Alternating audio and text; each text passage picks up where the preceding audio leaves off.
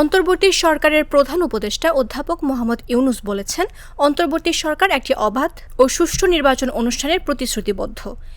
এ vote সম্ভবত চলতি বছরের ডিসেম্বরের মধ্যে অনুষ্ঠিত হবে।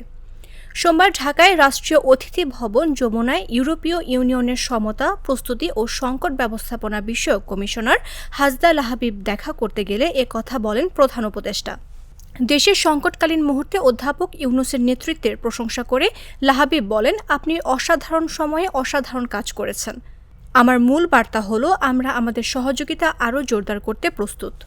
তিনি অন্তর্বর্তী সরকারের সংস্কার কর্মসূচির প্রতি ইইউর সমর্থন পুনর্ব্যক্ত করে বলেন, আমরা একটি গুরুত্বপূর্ণ কৌশলগত সময় প্রত্যক্ষ করছি। আমরা জানি পরিবর্তন আনতে গেলে সব সময় প্রতিরোধের মুখোমুখি হতে হয়, তাই এখনও অনেক কিছু করার বাকি। আমরা আপনাদের পাশে আছি।